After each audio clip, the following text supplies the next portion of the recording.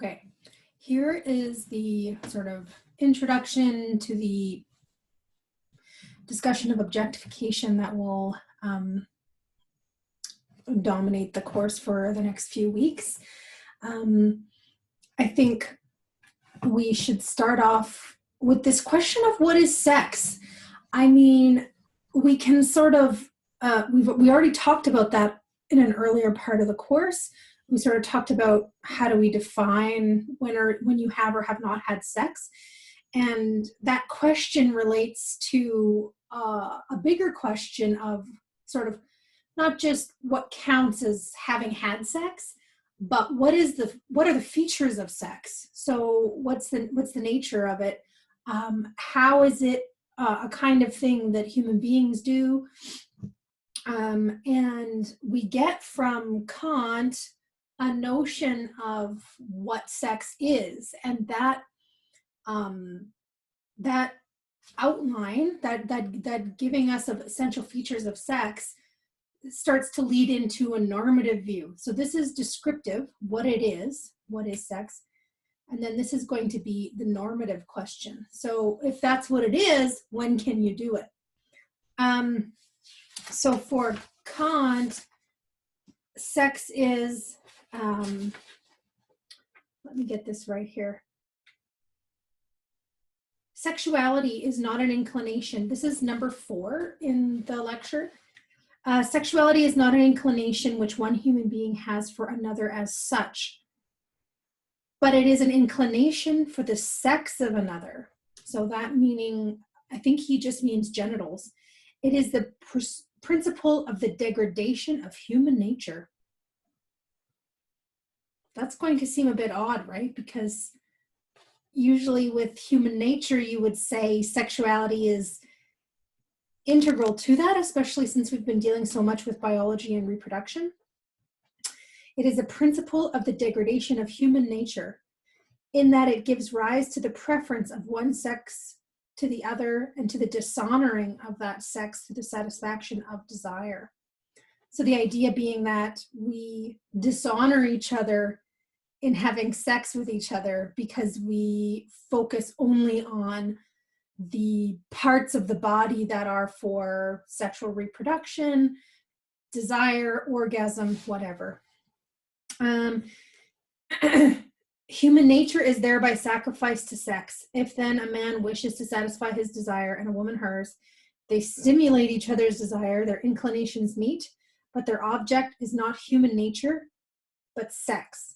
So it should be clear here that when he says human nature, he means sort of like human rational nature, this transcendent sort of dignity that belongs to human beings.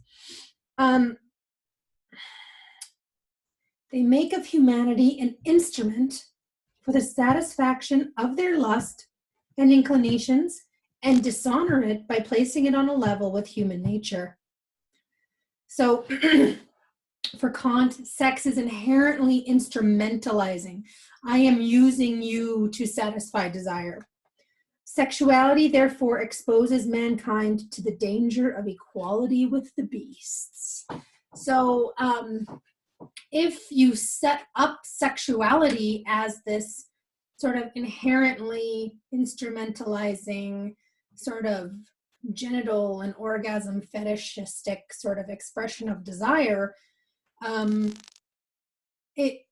he kind of begs the question by setting it up as a sort of inherently dehumanizing, then of course, for the most part, it's not going to be morally permissible. So this is why, for Kant, sex becomes permissible only in marriage. Okay. Well, why would marriage be okay? Like the question becomes, how does marriage have this special property that it allows us to put ourselves on the level of beasts? I'm not sure. He discusses it in number 11 on the lecture. The sole condition on which we are free to make use of our sexual desire depends upon the right to dispose over the person as a whole, over the welfare and happiness, and generally over the circumstances of that person. if I have the right over the whole person, I also have the right over the part, and so I have the right to use that person's sexual organs for the satisfaction of sexual desire. So the idea would be, if sex desire and just sexuality is just the use of someone's organs for satisfaction of desire, how can I make that context morally permissible by counteracting the instrumentalization? And for him, the counteracting of the instrumentalization is by having this moral regard for the person as a whole. So I have to care about and contribute to the welfare and happiness of the person and care for their circumstances in general. Okay. How do I obtain these rights over the whole person? Only by giving that person the same rights over the whole of myself. So the idea would be that, so even if I sort of generally regard a person, care about their welfare and happiness, that would only allow me to use their genitals for sex desire if I also gave them the same permission.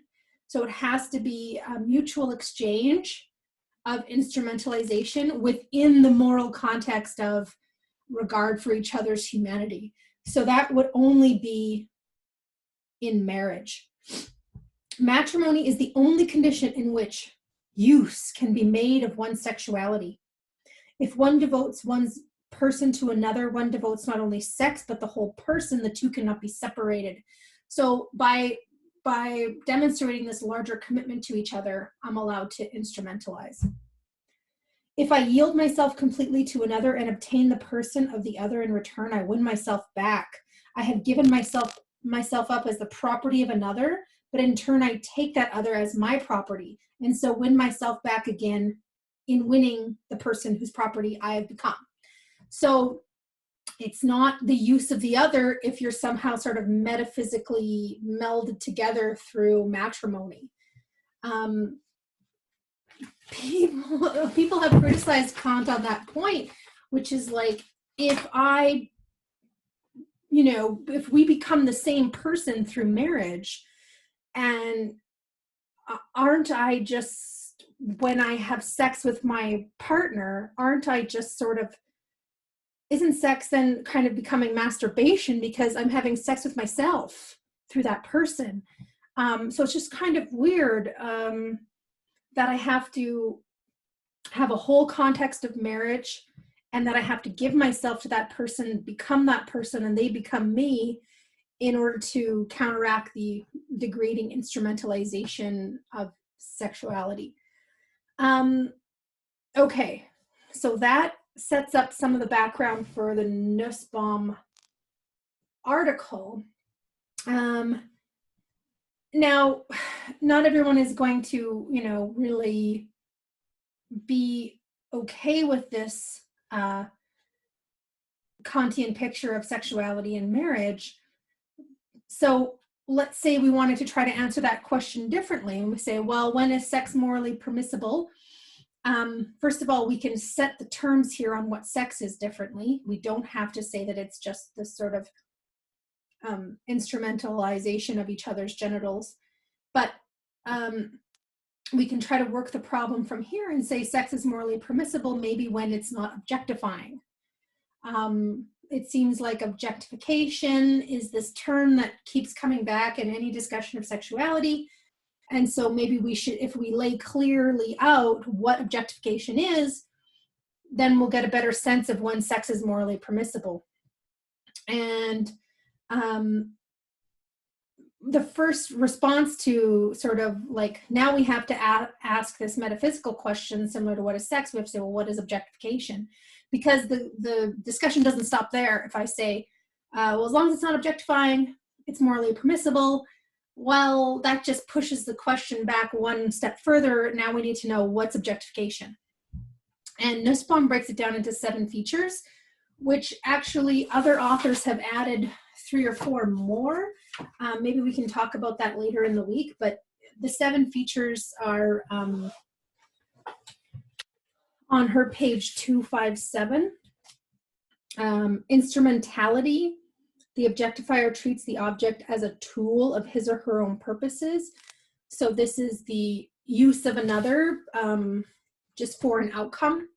So I use a hammer to bang in a nail. I use the other person, you know, for orgasm or whatever. Denial of autonomy. The objectifier treats the object as lacking in autonomy and self-determination. So autonomy breaks down auto and nomos. Auto is self, nomos is law. So self-law giving. So objectification, one aspect of it could be the denial of autonomy. So treating the other person as though they are not self-determining. Inertness. This is kind of interesting because we've talked a lot about activity and passivity with the Beauvoir. The objectifier treats the object as lacking in agency and perhaps also in activity. So this is kind of treating them as though they have no activity, or they're maybe more like passive, like an object, like kind of very physically not showing any activity at all. Fungibility. This is, I always think about this as sort of substitutability.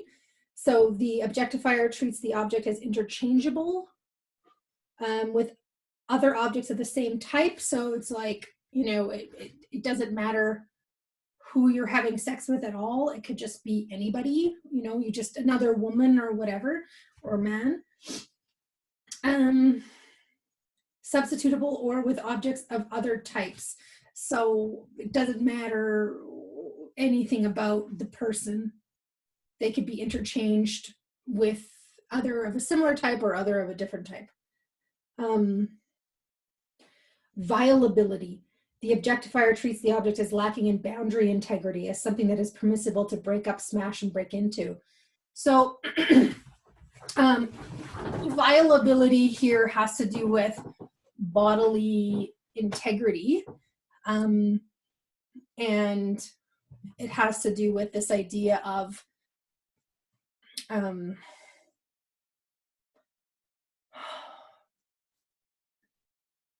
you know, we think that personhood is a sort of metaphysical individual, and that, you know, and think about any kind of violence or harm, it kind of acts against that integrity of the individual as having a kind of moral boundary around it. And that's what I think about when I think about viability. So it's physical boundary violating, but also sort of personhood boundary violating. Ownership. So this is just, the objectifier treats the object as something that is owned by another, can be bought or sold. So this is capitalism dependent. This is about property and appropriation of other people. And denial of subjectivity. This is similar to inertness and denial of autonomy, but denial of subjectivity has more to do with the person as having a subjective experience. So feelings, awareness, yeah, just having an experience that is to them of value, or at least the possibility of experiencing value. The objectifier treats the object as something whose experience and feelings need not be taken into account. So to deny that. Okay, so those are the 7 features. So Nussbaum goes through in this work all kinds of examples from literature, mostly, where there's been a sexual encounter. And I like that method because it shows that, you know, we can talk about sex desire and thingification and whatever in the abstract, looking for sort of essential metaphysical features, but really sexuality happens all in context and details. And so giving these literary examples are interesting, because once you start unpacking them, it gets more difficult. So some of them will have 2 or 3 of the features. but in the larger context of an equal relationship, they're permissible. In some situations, one of the features will always be wrong. She discusses whether or not certain features entail each other. So if I treat someone as instrumentally, am I necessarily treating them as inert? Or is it possible for that, for them to work different, apart from each other, separately from each other? So she's looking for relationships of entailment, relationships of necessary connection, and she's looking for whether or not certain clusters of these features are necessarily morally impermissible. So that's why I have here for Nussbaum, it's sometimes okay. Objectification is sometimes okay. And this is kind of her,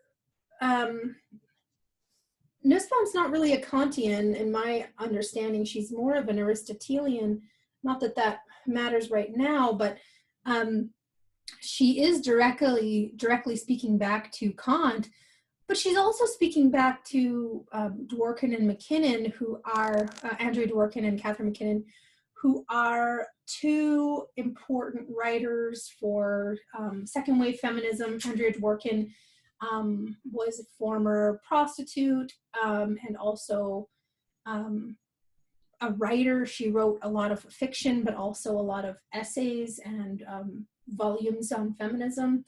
I can think, she wrote Intercourse. She wrote a lot on sexuality, let me put it that way.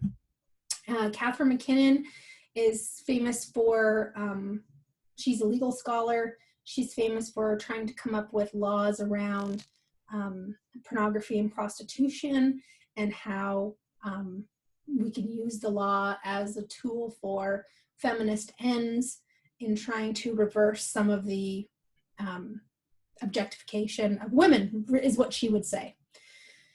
So this is kind of interesting because you end up with an interesting connection between Dworkin and McKinnon, whose sort of strong feminist theory is that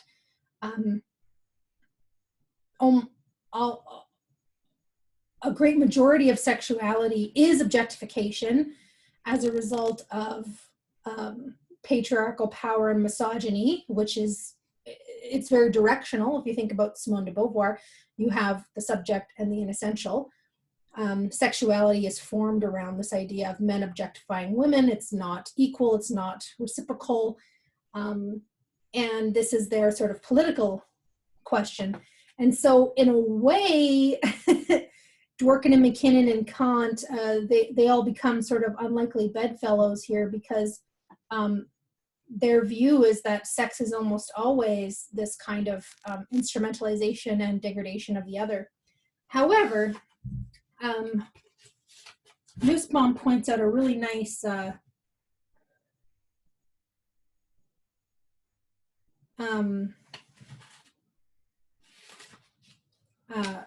difference between them, which is basically that for Kant, or maybe you can sort of already see this coming, for Kant, this idea of instrumentalization of the other sex is intrinsic, but for Dworkin and McKinnon, it's not intrinsic. So it's possible to be otherwise for Dworkin and McKinnon. So it's not intrinsic to sexuality that it is this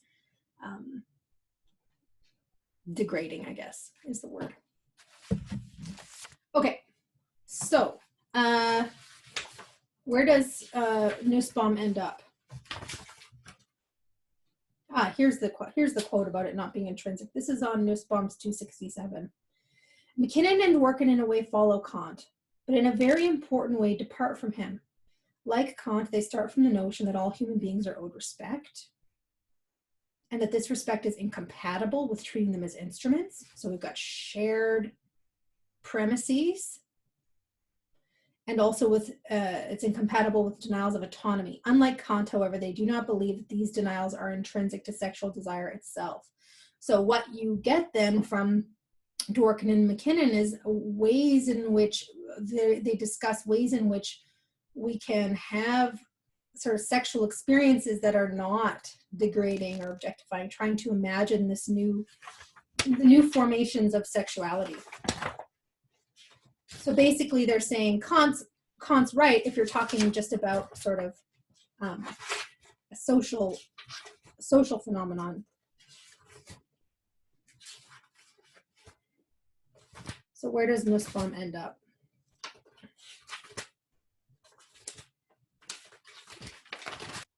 And this is on 290.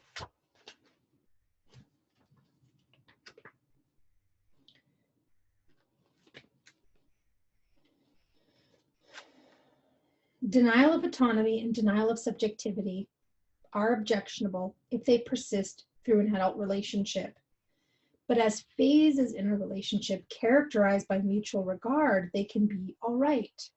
So it's interesting that in a way she's thinking with Kant here is sort of like there are things that we can do to each other that otherwise wouldn't be great, but if we're part of a relationship of mutual regard, she's not calling that matrimony, but if they're part of mutual regard, then they can be permissible. In a closely related way, it may at times be splendid to treat the other person as passive or even inert.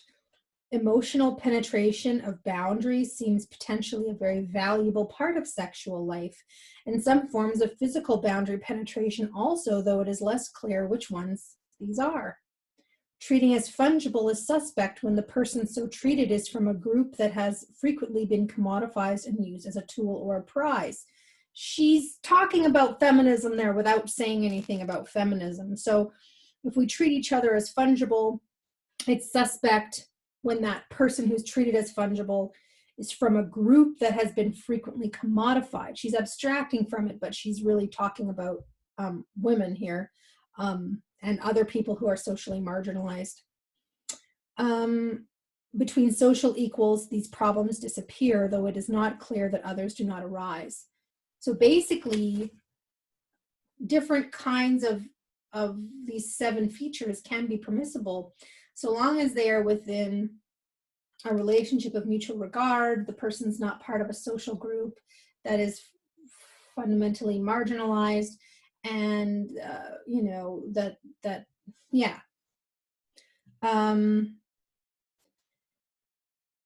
we have some reasons by now to doubt Kant's account, according to which the baneful form of use is inherent in sexual desire and activity themselves. We have some reason to endorse McKinnon and Dworkin's account, according to which social hierarchy is at the root of the deformation of desire. Social hierarchy. It may be plausible to claim, as Lawrence does, D.H. Lawrence, that a certain sort of objectifying attention to body parts is an important element in correcting the deformation and promoting genuine erotic equality. Finally, we should grant that we do not really know how central desire is in all of these problems of objectification and commodification by comparison, for example, to economic norms and motives that powerfully construct desire in our culture. So I think what she's saying without outright saying is it's very difficult to sort of connect with whatever sexual desire is outside of a social context, which is going to distort what is seen as fundamentally attractive or desirable. I think that's what she means by economic norms and motives that powerfully construct desire in our culture. So how would we ever get to sort of pre-social desire for genitals? And do we even want to? If we have to do that for sex to become morally permissible, I think that's just kind of weird. I will just end here. How am I doing for time? I will just end here quickly on something from the last chapter of The Second Sex, which I think intervenes in this question of what do we do about inequality and how do we bring about different kinds of forms of sexuality. Woman is the victim of no mysterious fate. The singularities that make her different derive their importance from the meaning applied to them. They can be overcome as soon as they are grasped from new perspectives. So whatever position of objectification women find themselves in, you can grasp it from another perspective and change that meaning. So again, women are fundamentally free. We have seen that in her erotic experience, the woman feels and often detests male domination. It must not be concluded that her ovaries condemn her to living on her knees eternally. Virile aggressiveness is a lordly privilege only within a system where everything conspires to affirm masculine sovereignty. And woman feels so deeply passive in the love act only because she already thinks herself that way. So not only do we have to change these systems of domination and aggressiveness and how they relate to sexuality, we also have to refuse to take up that position of the dominated. That should seem, that should bring you back to the introduction. This is the last chapter, by the way. Many modern women who claim their dignity as human beings still grasp their sexual lives by referring back to a tradition of slavery. What's she talking about there? She's talking about women, modern women. This is 1949. So women with jobs is probably what that means. But she thinks that they would still accept this position of extreme passivity in sexuality. So it seems humiliating to them to lie under the man and be penetrated by him, and they tense up into frigidity. But if reality were different, if reality, the context were different, the meaning sexual gestures and postures symbolically express would be different as well. A woman who pays, who dominates her lover can, for example, feel proud of her superb inertia and think that she is enslaving the male who is actively exerting himself. So this is a reversal. The idea here is like, she can be passive and be in charge in sexuality. And today there are already many sexually balanced couples for whom notions of victory and defeat yield to an idea of exchange. So she's trying to think of not necessarily how do we, combat this idea of victory and defeat, but how do we move it into mutual exchange? In fact, man is, like woman, a flesh, thus a passivity, the plaything of his hormones and the species, an uneasy prey to his own desire. And she, like him, in the heart of carnal fever, is consent, voluntary gift, and activity. Each of them lives the strange ambiguity of existence, made body in his or her own way. So I've tried to relate to that when we were talking about Beauvoir earlier, where it's sort of like we all have this, we live this ambiguous experience of being both subject and object, being a body and also being a freedom. And, Kant sort of takes it all the way in one direction, which is that only our freedom, which is represented in the dignity of a human being, is worthy of moral respect, and anything else is degrading. Here, she's talking about, we're both, we live both are equally important to us as beings. And so the heart of carnal fever is consent, voluntary gift, and activity. So this is her theory of a kind of erotic generosity, so we can give over our body to the other and have them give over to us as well, and that can sort of be that experience of sex, which is not objectifying, but which is clear that we do have this important part of our bodies, important parts of our existence that is embodied. Okay, I should probably stop there.